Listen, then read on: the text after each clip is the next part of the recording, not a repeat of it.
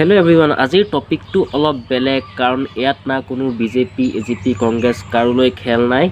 এইটো সঁচাই নে মিছাই মই একো নাজানো, কিন্তু আমাৰ ক্ষেত্ৰত যি হৈছে মই ক'ব বিচাৰিছোঁ। কাৰণ আজি 3 দিন হ'ল আমাৰ মা, দেউতা, বৌ আৰু যোনটো 1.5 বছৰীয়া ভতিজা আছে, 4জনৰে গাত ক'ভিড পজিটিভ ধৰা পৰিছে। 1.5 বছৰীয়া ভতিজাটোক চেক কৰা নহ'ল কিয়নো বৌক কৰা হৈছে, কাৰণ তাৰো থাকিব পাৰে মাক যেতিয়া। আৰু গতিকে এতিয়া মই যিমানখিনি দেখিছোঁ, মানুহে বহুতে কৈ আছে যে চৰকাৰখন ইলেকশ্যনৰ কাৰণে ইলেকশ্যনৰ সময়ত নাহিলে, এতিয়া কিয় আহিলে। কিন্তু আমাৰ ঘৰত যিটো পৰিস্থিতি হৈ আছে বৰ্তমান, সকলোৰে জ্বৰ, মূৰৰ বিষ, আনকি মানে যি চিমটমছ দেখা দিয়ে সকলোবোৰে দেখা দিছে বুলি ক'ব পাৰি। কিছু ক্ষেত্ৰত বৰ্তমানলৈকে মই অলপ ছেফ আছোঁ। হয়তো কাইলৈ পৰহিৰ ভিতৰত মোকো টেষ্ট কৰিব পাৰে ক'ভিডৰ, তেতিয়া কি ওলাই নাজানো।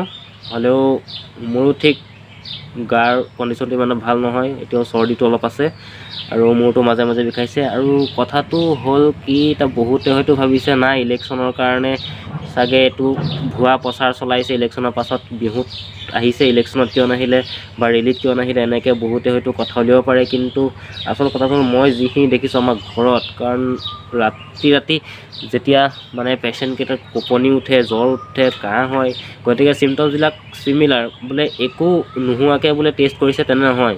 কাৰণ সকলোৰে গাততো কিবা এটা হ'ল, কিবা এটা থাকিব লাগিব তাৰ। গতিকে সকলোকে টেষ্ট কৰাওঁতে সকলোৰে ওলাইছে, হয়তো কি ঠিক মোৰো ওলাব পাৰে।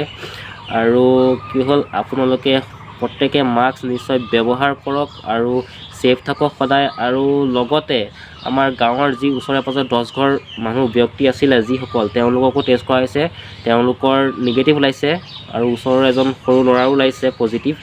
গতিকে এইটো কোনো আপোনাৰ ধেমালিৰ কথা নহয়, বহুত ভয়ানকভাৱে হৈছে এইবাৰ। গতিকে অলপ সাৱধানে থাকক নিজেও, আৰু পৰাপক্ষত মাস্ক একেবাৰে পৰিধানেই কৰি থাকিব, ঘৰৰ বাহিৰত হওক বা ওচৰে পাঁজৰে কোনো মানুহ হওক। হয়তো নিজৰ ঘৰলৈও অহাটো ঘনিষ্ঠতাটো অলপ কমাই দিব, যেনেকৈ লকডাউনৰ সময়ত আপোনালোকে কৰিছিলে তেনেকৈ এতিয়াও কৰক। হয়তো 2-3 দিনৰ পাছত আকৌ লকডাউন দিবও পাৰে অসম চৰকাৰে, কি হয় নাজানো। কিন্তু মানে পৰিস্থিতিটো অলপ বেয়া হৈ গৈছে, কাৰণ আপোনালোকে নিউজত হয়তো দেখিছে চাগে দিল্লীৰ পৰিস্থিতি কেনেকুৱা। গতিকে যিমানখিনি মই জনাত কৈছোঁ, আপোনালোকক ক'ব পাৰোঁ কৈছোঁ। আৰু ছেফ থাকক সদায়, আৰুনো কি ক'ম। গতিকে মাস্ক ব্যৱহাৰ কৰি থাকক।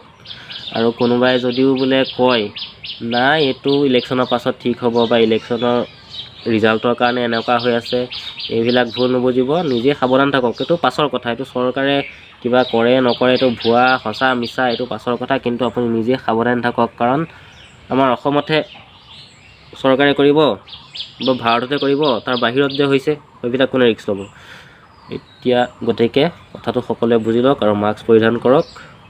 আৰু আজিৰ ভিডিঅ'টো ইমানতে। থেংকছ ফৰ ৱাচিং।